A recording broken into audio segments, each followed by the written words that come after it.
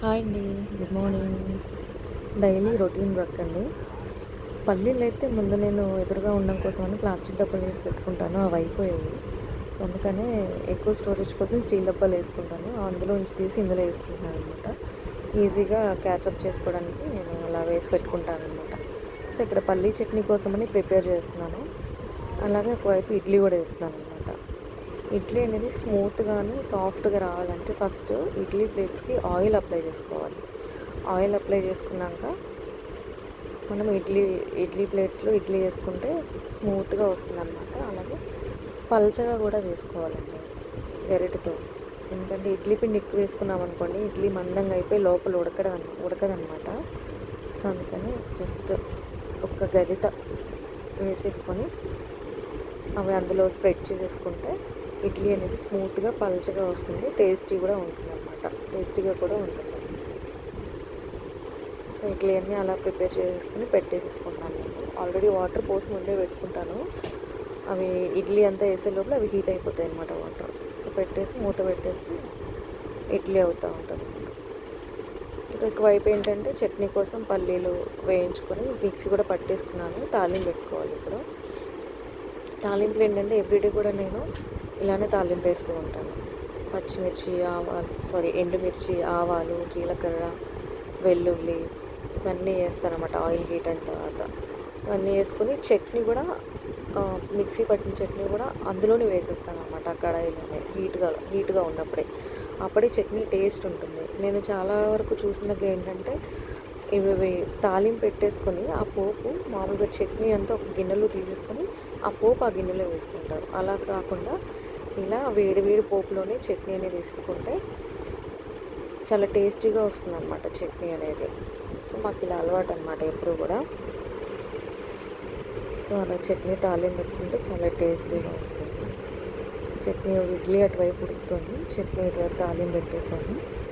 ఇంకా పిల్లలకు కూడా స్కూల్స్ స్టార్ట్ అయ్యాయి కదా. మార్నింగ్ చాలా హడావుడి ఉంటుందండి. అసలు బ్రేక్ఫాస్ట్ ప్రిపేర్ చేయాలి, అలాగే లంచ్ ప్రిపేర్ చేయాలి, బాక్సెస్ కట్టాలి, వాళ్ళని రెడీ చేయాలి. చాలా పనులు ఉంటున్నాయండి. అసలు అన్నీ మేనేజ్ చేసుకొని బ్లాగ్స్ తీసుకోవాలి. సో ఇవన్నీ చేసుకుంటాను. ప్లస్ ఒకవైపు నేను వర్కింగ్ కూడా, ఇవన్నీ మేనేజ్ చేసుకుంటూ బ్లాగ్ తీస్తున్నానండి. రైస్ పెట్టానండి. ఇప్పుడు కూర వచ్చేసి ఈరోజు గుత్తి వంకాయ చేద్దామని అనుకుంటున్నాను. గుత్తి వంకాయ కూర. సో చూసేద్దాం రండి. గుత్తి వంకాయ కూర చేయడానికి కావాల్సిన ఇంగ్రీడియంట్స్ ధనియాలు, కొబ్బరి, పల్లీలు, ఒక 3-4 లవంగాలు, దాల్చిన చెక్క, మిరియాలు, నువ్వులండి, అలాగే ఎండుమిర్చి. సో వీటన్నింటిని వేయించి పౌడర్ చేసుకోవాలి. ఆ పనిలో ఉందాం. పెనం హీట్ ఎక్కిన తర్వాత పల్లీలు వేసుకోవాలండి. పల్లీలు వేసుకొని వేయించుకోవాలి ఫస్ట్.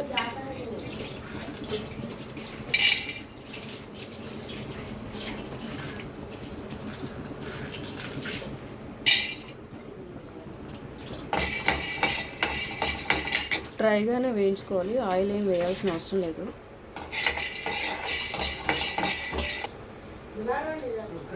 పల్లీలు అయితే వేగిపోయినాయండి. నెక్స్ట్ ఏంటంటే మనకి సిమ్లో పెట్టేసుకుని కొంచెం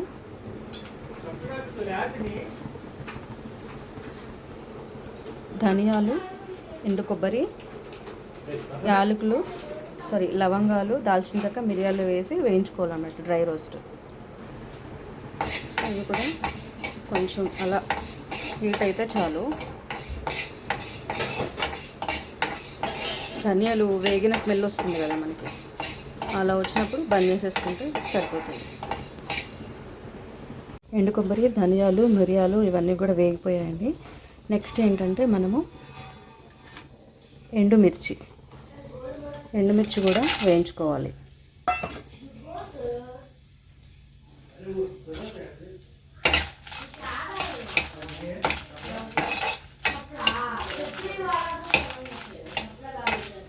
ఎండుమిర్చి కూడా వేయించుకున్నాక అప్పుడు నువ్వులు వేయించుకున్నాము. ఎండుమిర్చి కూడా వేగిపోయిందండి. సో ఇవి తీసేసి నెక్స్ట్ మనం నువ్వులు వేయించుకుందాం. నువ్వులు వేసానండి. నువ్వులు వేసినప్పుడు ఏంటంటే మనం కొంచెం ఒక జల్లులాగా వాటర్ ఇట్లా వేసుకున్నాం అనుకోండి, నువ్వులు ఏమవుతాయంటే లోపల వరకు వేగుతాయి అన్నమాట మంచిగా. ఇలా వాటర్ వేసుకొని పొడి పొడిగా అయ్యేంత వరకు కూడా వేయించుకుంటే నువ్వులు లోపల వరకు మంచిగా వేగుతాయి అన్నమాట, పచ్చివాసన రాకుండా. నువ్వులు కూడా వేగిపోయాయండి.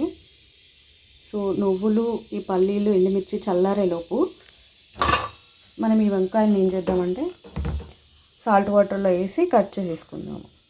ఈ పని అయిపోయే లోపల అవి చల్లారిపోతాయి. అవి మిక్సీ పట్టుకున్న తర్వాత ఇంకా కర్రీ ప్రిపేర్ చేసుకుందామండి. సో వాటర్లో సాల్ట్ వేసుకుంటే ఏంటంటే వంకాయలు చేదు రాకుండా ఉంటాయండి. సో అందుకని వాటర్లో సాల్ట్ వేసుకొని చేయాలి, కట్ చేసుకోవాలన్నమాట. సో ఇలాగా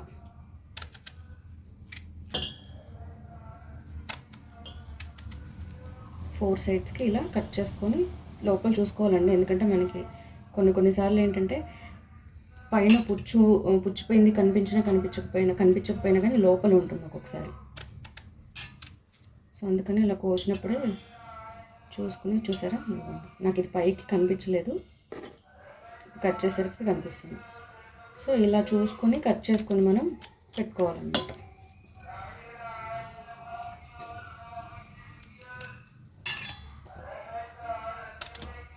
ఇలా ఈవెన్గా ఫోర్ సైడ్స్కి కట్ చేసుకొని వేసుకోవాలి.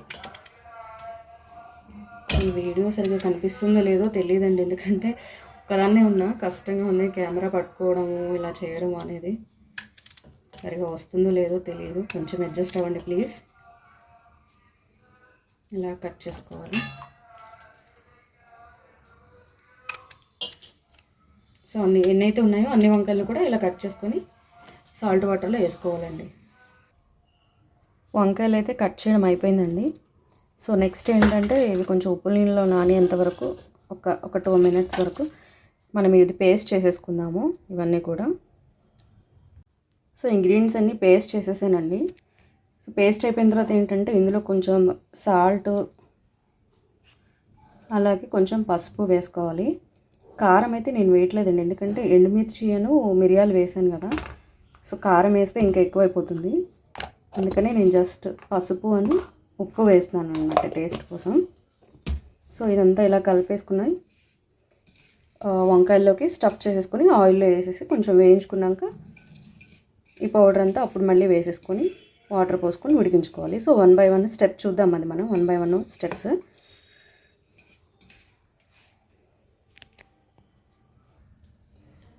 సో ఇలా వంకాయలోకి ఇలా స్టఫ్ చేసుకోవాలండి ఈ పౌడర్ అంతా కూడా.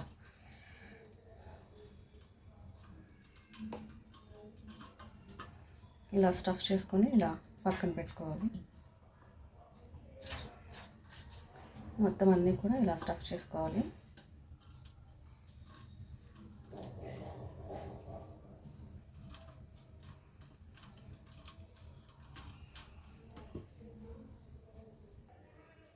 సో వంకాయలన్నీ స్టఫ్ చేసేసానండి. ఇవి అయిపోయిన తర్వాత మనము స్టవ్ మీద కడాయి పెట్టేసుకొని ఇంక ఈ వంకాయల్ని లైట్గా ఫ్రై చేసుకున్నాము. ఫస్ట్ కొంచెం లైట్గా ఆయిల్లో ఫ్రై చేసుకోవాలి వంకాయ మగ్గిపోతున్నప్పుడు. సో కడాయి హీట్ అయిపోయింది, ఆయిల్ వేసేసుకుందాం.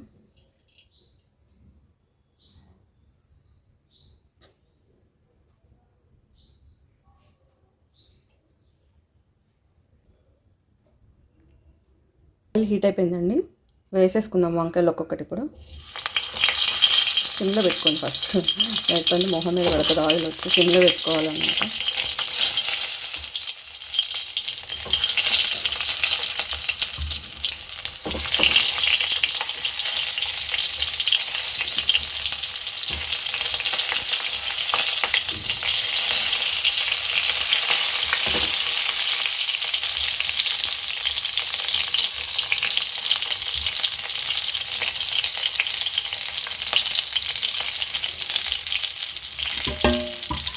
ఇలా అన్నీ ఆయిల్లో వేసి సిమ్లో పెట్టుకొని లైట్గా వేయించుకోవాలి, కొంచెం మగ్గేంత వరకు.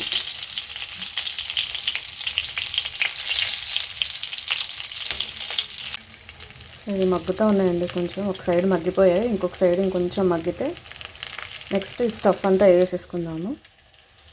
వేసేసుకొని ఇది కూడా కొంచెం వేగిన తర్వాత వాటర్ పోసుకొని ఉడికించుకోవడమే. వేడిగా ఉందండి చాలా. చెమటలు వచ్చేస్తున్నాయి. సో ఎవరికైనా ఇదే పరిస్థితి కదండి కిచెన్లో వంట చేసేటప్పుడు. సో వంకాయలు అయితే మగ్గిపోయాయి. చూడండి ఎలా బాగున్నాయి, నిగనిగలాడుతూ.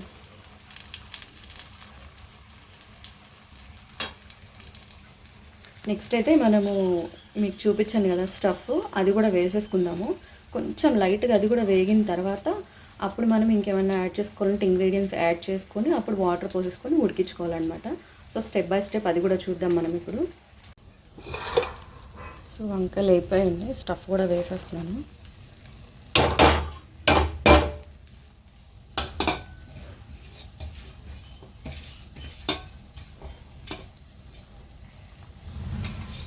స్టఫ్ వేసిన తర్వాత ఒక 2 నిమిషాలు అలా వేగనిచ్చిన తర్వాత అప్పుడు మనం వాటర్ పోసుకోవాలండి. ఎక్కువ వేగనివ్వద్దు, ఎందుకంటే ఎండుమిర్చి వేసాం కదా, చేదు వచ్చేస్తుంది ఎక్కువ వేగితే. కొంచెం అలాగా ఒక 2 మినిట్స్ వేగనిచ్చాలన్నమాట. కొంచెం ఇలా కలయి పెట్టేసుకొని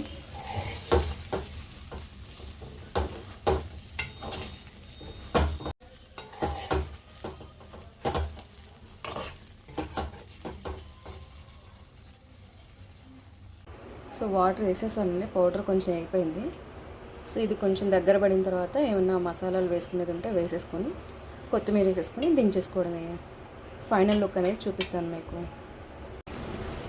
సో ఫైనల్గా కర్రీ అయితే అయిపోయిందండి. అలా చూడండి, ఆయిల్ వచ్చింది కదా పైకి.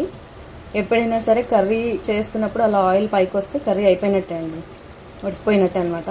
సో ప్రస్తుతం నా దగ్గర అయితే కొత్తిమీర లేదండి, లేదంటే కొత్తిమీర వేసేసుకొని స్టవ్ ఆఫ్ చేసేసుకోవడమే. అయిపోయింది కర్రీ అయితే. సో ఫైనల్గా గుత్తి వంకాయ కర్రీ అయితే అయిపోయిందండి.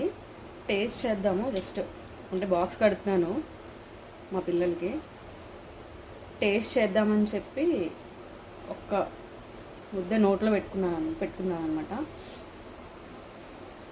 చూడండి,